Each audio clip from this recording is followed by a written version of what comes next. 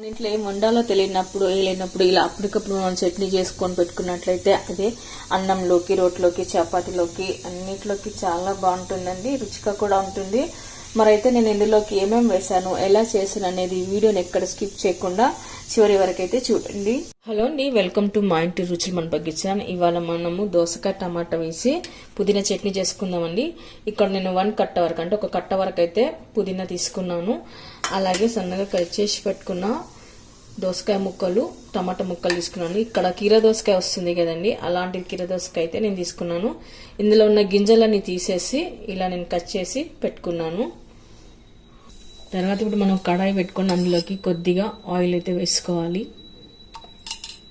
Oil heat అయిన తర్వాత మనం తినే కారాన్ని బట్టి మిర్చి వేసుకోవాలి. అలాగే కొన్ని వెల్లుల్లి రెబ్బలు, తర్వాత కొద్దిగా కరివేపాకు, వీటిని ఒకసారి కలుపుకొని పెట్టుకున్న తర్వాత జీలకర్ర, తర్వాత కొద్దిగా నువ్వులు, తర్వాత మనం తినే పులుపుని బట్టి కొద్దిగా చింతపండుని వేసుకొని కలుపుకోవాలి. ఇలా కాస్త దూరగా అయ్యే వరకు మనం కలుపుకొని పెట్టుకోవాలి. తర్వాత ఇప్పుడు మనం వీటిని ఒక ప్లేట్లోకి తీసుకొని చల్లార్చుకోవాలి. తర్వాత అదే కడాయిలోకి మనము ఇప్పుడు కడిగి క్లీన్ చేసి పెట్టుకున్న పుదీనాను వేసుకోవాలి. ఇప్పుడు పుదీనాను కాస్త దగ్గర పడి ఉడికే వరకు కలుపుకొని పెట్టుకోవాలి. తర్వాత ఇందులో కొద్దిగా పసుపు వేసుకుందాము. అలాగే కొద్దిగా ఉప్పు వేసుకోవాలి. ఇప్పుడు ఒకసారి కలిపి పెట్టుకుందాము. ఇలాంతా దగ్గర పడ్డ పుదీనాను మనం ఒక ప్లేట్లోకి తీసుకొని చల్లార్చుకోవాలి. తర్వాత అదే కడాయిలోకి మనం కట్ చేసి పెట్టుకున్న టమాటా, దోసకాయ ముక్కలు వేసుకొని వేయించుకోవాలి. కొద్దిగా ఆయిల్ వేసుకొని కలుపుకొని ఉడికించుకోవాలి. తర్వాత కొద్దిగా పసుపు, మనం తినే రుచిని బట్టి ఉప్పు వేసుకోవాలి.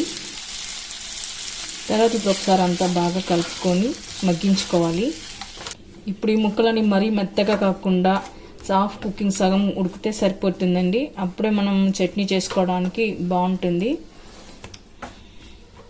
ఇలాంతా కలిపి పెట్టుకున్న తర్వాత 2 నిమిషాల పాటు మూత పెట్టేసుకొని మగ్గించుకుందాము. మధ్యలో ఒకసారి చూసి కలిపి పెట్టుకోవాలి. ముక్కల నుంచి ఇలా వాటర్ వచ్చింది కదండి, ఈ వాటర్ అంతా ఇంకిపోయే వరకు మనం కలుపుకొని పెట్టుకోవాలి. అప్పుడే మనకు ముక్కలు ఉడికిపోయినట్లుగా తెలుస్తుంది. నీరంతా ఇంకిపోయాక చూడండి, ముక్కలు ఇలా అంటే మనకు ఉడికిపోయినట్టుగా తెలుస్తుంది. ఇప్పుడు స్టవ్ ఆఫ్ చేసేసుకొని చల్లారిన తర్వాత మిక్సీ పట్టి పెట్టుకోవాలి. ఇప్పుడు మనం ఒక మిక్సీ జార్ తీసుకొని అందులోకి వేయించి పెట్టుకున్న మిర్చిని వేసుకోవాలి.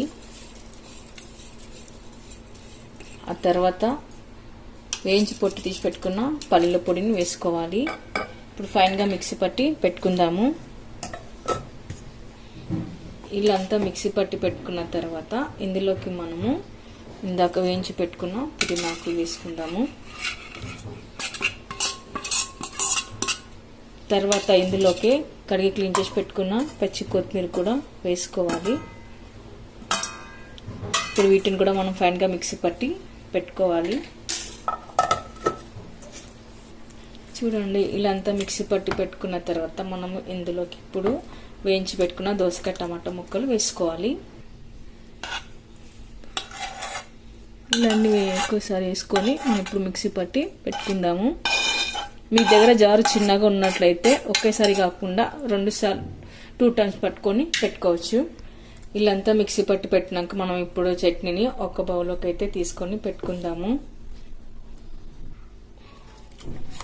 ఇల్లంతా ఒక ప్లేట్లోకి ఒక బౌల్లోకి తీసుకొని పెట్టుకున్న తర్వాత మనం తాలింపు వేసుకోవాలి.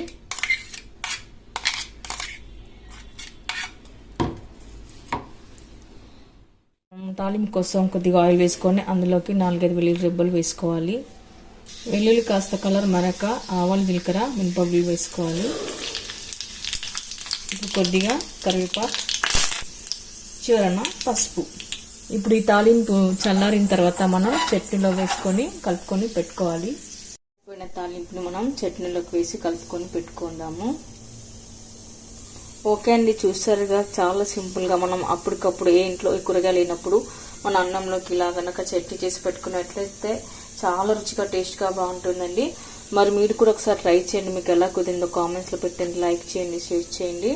తప్పకుండా మన ఛానల్ని సబ్స్క్రైబ్ చేయండి. Thank you for watching.